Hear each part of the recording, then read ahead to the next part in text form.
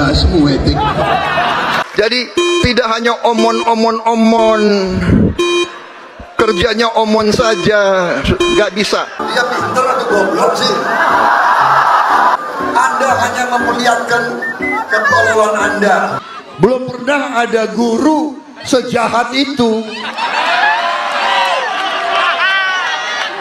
Dan emangnya lo siapa? Emangnya gue pikirin.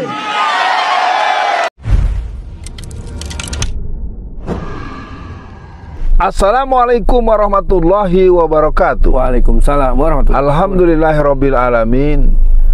Hari ini kita akan membacakan berita yang tentu beritanya akan mengarah kepada cerita, berita, analisa dan kesadaran kita menghadapi situasi. Bung kameramen dipersilahkan. Ya, Bung Alfian, mudah-mudahan Bung Alfian kemanapun Bung Alfian berada, pergi, insya Allah senantiasa dalam lindungan Allah, Bung Alfian. Amin Allah. Karena kita bercermin dari 2019 ya kan, banyak kejadian-kejadian dan yang Bung Alfian sering ingatkan 2024 ini nampaknya lebih parah ya Bung Alfian. Nah Bung Alfian, menyambut debat terakhir nih kan, Bung Alfian sering bilang ayo kita semarakan bagaimana supaya di tempat-tempat dimanapun berada diadakan nobar. Nah jadi gimana nih Bung Alfian? Silakan di awal. Ya, yang pertama saya mencoba membacakan dulu nobar yang sudah bertaburan undangannya. Ya, saya bacakan undangan-undangan yang sudah ada untuk di jalur Jawa Tengah ya.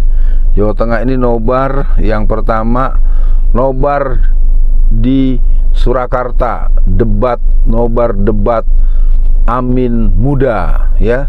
Itu di Surakarta. Yang kedua, nobar debat Pilpres Amin Muda Cilacap. Wah, mantap. Dan kemudian The Last Battle nobar 5 ini juga terjadi di daerah Semarang ya, daerah Semarang, di Wonosobo.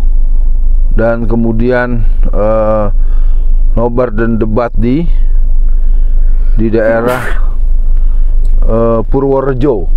Jadi kelihatannya untuk Jawa Tengah siap untuk menjadikan debat sebagai media belajar, media penyadaran, dan sudah pasti di pusat-pusat kota, di kota-kota, di kafe-kafe, dan juga di tempat-tempat publik akan ada nobar nonton bareng debat terakhir yang akan menghadirkan calon presiden yang akan memimpin Indonesia menjadi presiden 2024-2029. Tentu saya memberikan doa khusus, doa khusyuk untuk kemenangan Anies Rashid Baswedan dengan Abdul Muhaimin Iskandar. Begitu Bung kameramen. Ya, Bung Alfian, memang debat terakhir ini kan, kalau debat sebelumnya Prabowo digadang-gadangkan karena tentang pertahanan Bung Alfian. Nah tapi debat terakhir ini Anies banget nih Bung Alfian. Nah tapi sebelum saya bacakan tema debatnya, saya pengen tanya, apakah mungkin Bung Alfian di debat terakhir ini Prabowo akan hanya berfungsi mencari bahan-bahan untuk mengolok-olok Anies di saat setelah debat? Itu kan sering kejadian. Gimana tuh Bung Alfian? Ya, kalau dari saya mungkin yang dibutuhkan sekarang adalah kita fokus untuk menjadikan debat terakhir sebagai media pembelajaran akseleratif, menjadi media penyadaran kolektif, dan menjadi media untuk menggerakkan bentuk-bentuk partisipasi di saat hari pencoblosan, hari Rabu tanggal 14 bulan Februari 2024. Artinya pemilihan umum di 2024 ini adalah milik kaum pribumi, milik kaum muslim, milik kaum yang sayang dengan negara ini untuk keutuhan NKRI. Kita nyatakan game over untuk penjajah bintang merah maupun penjajah bintang David. Kita akan membangun kekuatan kedaulatan negara kesatuan Republik Indonesia. Iya betul. Jadi peringatan juga nih buat Prabowo, nggak usah lah terlalu jumawa. Bahasanya kan saya pengen cepet-cepet kerja nih, mendahulukan Allah Bung Alfian. Nah Bung Alfian, kita masuk dalam berita tema debat terakhir Capres 2024. Apa tema debat terakhir besok?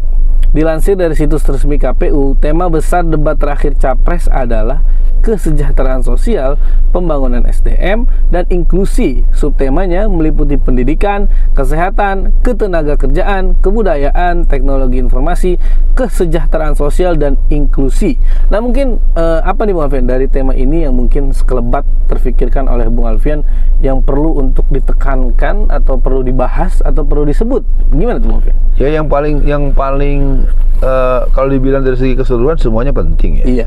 Tapi yang mungkin tetap nilai vital dalam sebuah sistem kenegaraan itu kan adalah pelayanan, kesehatan, dan pendidikan. Iya, jadi betul. katakan dua kata kunci itu sebetulnya yang akan memberikan satu titik tombol besar di mana kalau pelayanan kesehatan itu bersifat merata untuk seluruh rakyat Indonesia, pelayanannya cepat, tepat, tidak bilang tidak ada kamar, tidak bilang dokternya lagi nggak ada. Itu satu poin. Yang kedua pendidikan itu harus dilakukan sebuah pendidikan yang membuat orang merasa aman, merasa nyaman, merasa percaya diri dan tidak ada keraguan walaupun status ekonominya orang kelas bawah, mereka tidak akan merasa tidak perlu termenung-menung karena tidak bisa kuliah, karena secara otomatis anak-anak miskin dan terlantar itu ditanggung oleh pemerintah secara sistemik. Bukan mengklaim secara personalisasi bahwa ini adalah milik fulan gitu, milik saya, ini dari saya. Kalau nggak karena saya kamu nggak kuliah, karena saya kamu nggak punya rumah. Nah itu kira-kira tidak boleh seperti itu, bahwa kepemimpinan itu hadir untuk menjadikan fungsi kepemimpinannya memberikan pelayanan bagi seluruh rakyat Indonesia yang dalam khasanah Islam itulah masuk wa ma arsalnaka illa rahmatan lil alamin. Begitu Bung Kameramen. Iya, Bu Alfian, saya sempat mendengar salah satu prinsip lah ya yang Bu Alfian pegang, bagaimana pendidikan dan kesehatan itu di keluarga Bu Alfian itu benar-benar dibela-belain ya Bu Alfian. Nah makanya itu yang saya ambil sedikit pembelajaran juga apa yang sering Bu Alfian sampaikan dalam ceramah tentang adanya pembodohan nih Bu Alfian. Nah itu kan terkait dengan pendidikan. Nah berarti di kesehatan juga ada dong Bu Alfian pensakitan. Jadi masyarakat dibiarin sakit, dibiarin bodoh. Nah jadi mungkin untuk akhir sesi kali ini, apa pesan Bu Alfian untuk semua untuk 01 lah ya, tetap walaupun Pak Anies dijagokan tetap jangan sombong. Kemudian apa pesan Bu Alfian, spill dikit untuk datang pada tanggal 10 nanti Bung Alfian. Dan yang terakhir ya doa khusus lah atau pesan singkat atau harapan singkat Bung Alfian untuk ya ke depannya Bung Alfian. Silakan. Ya yang jelas bahwa debat ini adalah debat yang perlu disimak dengan baik. Dan para pengelola acara supaya tetap edukatif, jangan provokatif dan jangan suka bombastis untuk sesuatu yang tidak punya relevansi. Dan itu yang sangat disayangkan sering terjadi seperti itu. Nah untuk debat kali ini kita berpesan buat seluruh masyarakat Indonesia, mari kita tonton dengan tenang, dengan utuh, dengan sabar, dengan pemahaman yang semestinya. Yang kedua, mungkin untuk kampanye putaran terakhir di tingkat Jakarta, Bogor, Tangerang, Bekasi, untuk di Jakarta khususnya daerah khusus ibu kota Jakarta, DKI Jakarta itu insya Allah hari Sabtu tanggal 10, bulannya bulan Februari tahun 2024, dan itu akan dihadiri dengan jumlah yang sulit untuk dianggap kecil. Maka pesan dari Pak Anies agar berangkat sebelum subuh atau selepas subuh ya, karena daya tampung JIS ya, Jakarta International Stadium itu dia adalah sebuah tempat yang hanya berdaya tampung 82.000 orang. Waduh, gak cukup. Dan Pak Anies sempat menyebut akan diatur agar bisa masuk di dalam 100.000-an orang. Artinya itu di dalam, dan di luar itu kan beliau bilang di luar akan dibuatkan fasilitas, apakah layar, apakah bentuk-bentuk pelayanan yang sifatnya pribadi ya, mungkin MCK segala macam, karena jumlah orang mungkin bisa menembus angka 1, 2, 3 atau sekian juta orang yang akan datang karena mereka merasa perlu untuk hadir, dan tempat izin sudah selesai, pembayaran sudah lunas, dan hal-hal yang berhubungan dengan administratif sudah clear, sudah fix, berarti tidak ada alasan lagi untuk dilarang atau digeser. Nah, kalau itu sampai terjadi, itu berarti itu menepuk air di dulang terpercik muka sendiri. Dari saya, buat tanggal 4 malam debat, mari simak dengan telaten, jadikan alat untuk meneguhkan pemahaman, mengajak tetangga, saudara, famili dan segala macam. Dan kampanye putaran terakhir pastikan dihadiri oleh saudara-saudara yang rumahnya dekat dengan Jabodetabek agar tumplek-blek, karena bisa kemungkinan kalau anak-anak warga-warga Jakarta saja yang ber-KTP Jakarta itu sekitar 10-an juta orang. Ya. Nah, kalau datang separuh aja sudah 5 juta. Makanya. Kan gitu kan.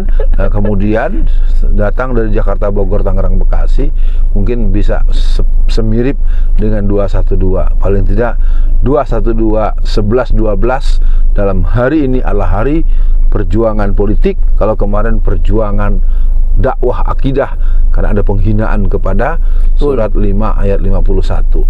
Sekian, kita lalui hari-hari ke depan bersama Allah, presiden baru, presiden perubahan. Kita semua akan tetap bersemangat dan bergembira. Assalamualaikum warahmatullahi wabarakatuh.